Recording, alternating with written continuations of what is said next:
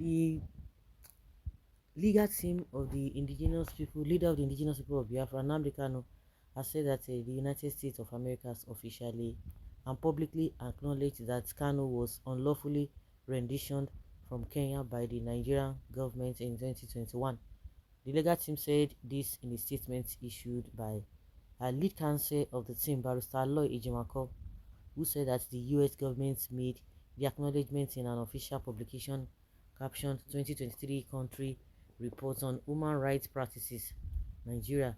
Kanu's legal team said that the position the US government had waited for almost 3 years to take and make public is surely well considered and thus important for two reasons.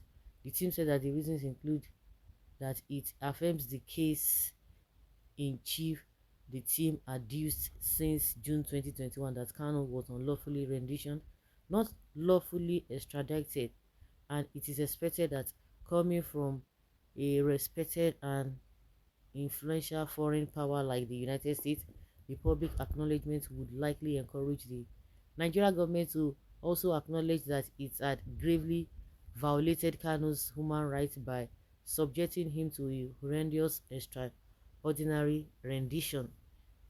The attention of Mazi Nnamdi Kanu's legal team has been drawn to an official publication a few days ago by the United States government captioned 2023 Country Report of Human Rights Practices Nigeria, where by the US government acknowledged the obvious that Nigeria's secret police had violated Kanu's rights during his arrest and extradition,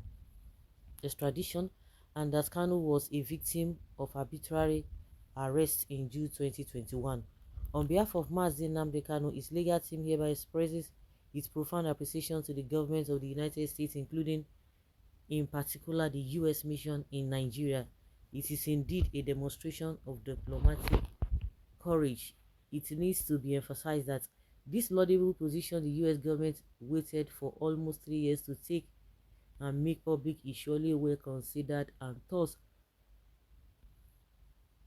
important for two reasons. First, it affirms the case in chief we have adduced since June 2021 that Mazi Nnamdi Kanu was unlawfully renditioned. That is true. Not lawfully extradited. These are two opposite concepts that bear similar legal implications. Second, it is expected that coming from a respected and influential foreign power like the United States, this public acknowledgement will likely encourage the government to Nigeria to also acknowledge that it had graciously or gravely violated Kanu's inalienable human rights by subjecting him to horrendous extraordinary rendition.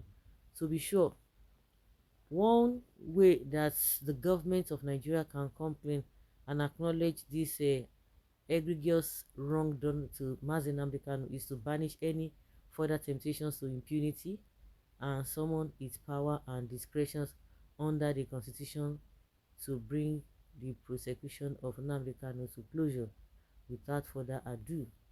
In our view, this is the most sensible thing to do because Kanu's prosecution has, by efficacious of time, become attritional and questionable to boot, given that it was initiated almost a decade ago in 2015 and for alleged uh, offenses that are no longer in play.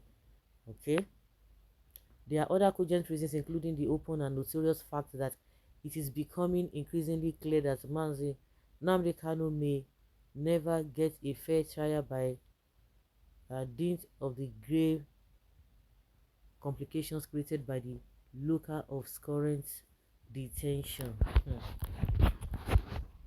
And I remember, I think, see in the early days when Tinubu came on board, something happened among the EFCC and the other sister governments and all of that when they were fighting for superiority, whether DSS, and yeah, whether ASS, DSS, and EFCC or NIA or something, be any something like that.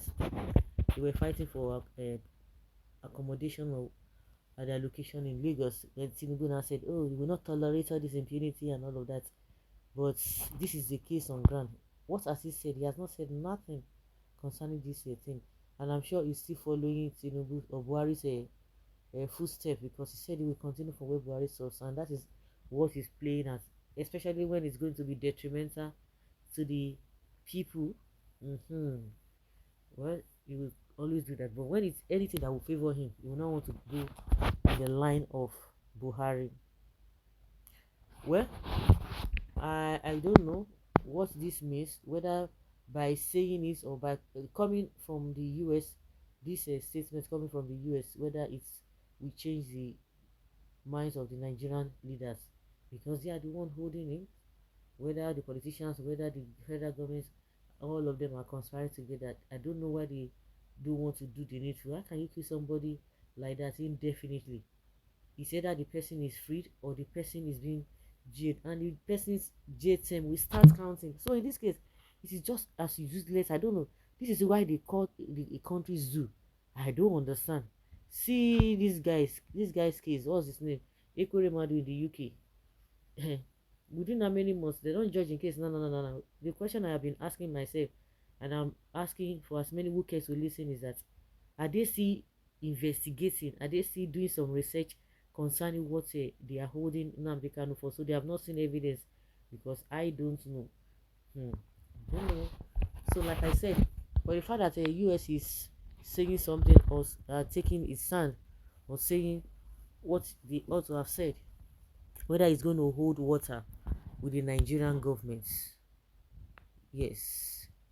Where is Igboho, your brother? Good. He is still in DSS custody. It is greedy people like you. Keep this country like this. What is talking about? Who is talking about Igboho?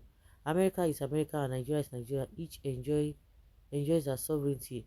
The honorable son is taking or talking out of ignorance to satisfy his paymaster. Eh? Okay, so this man and all your people who loot our national treasury run to the same America to hide our money, send their children to school in America, go there for medical tourism and recreation, not because they are now told. They have not told you the truth about the evil of your government to Nnamdi Kanu and the Igbos in general.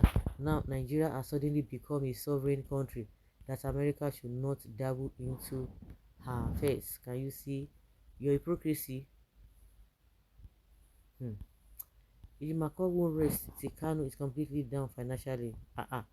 When one local government official speaks of what he knows nothing about in US and UK, Ejimako will come on air that US and UK says if Kanu not survive in detention, the legal team should be held accountable. I don't understand. So are they the one who still holding him?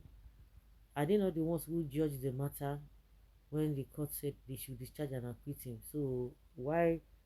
I don't know why this person is calling out Ijimako. What is Ijimako's problem in all of this? So guys, let's hear your opinion and have your take on this.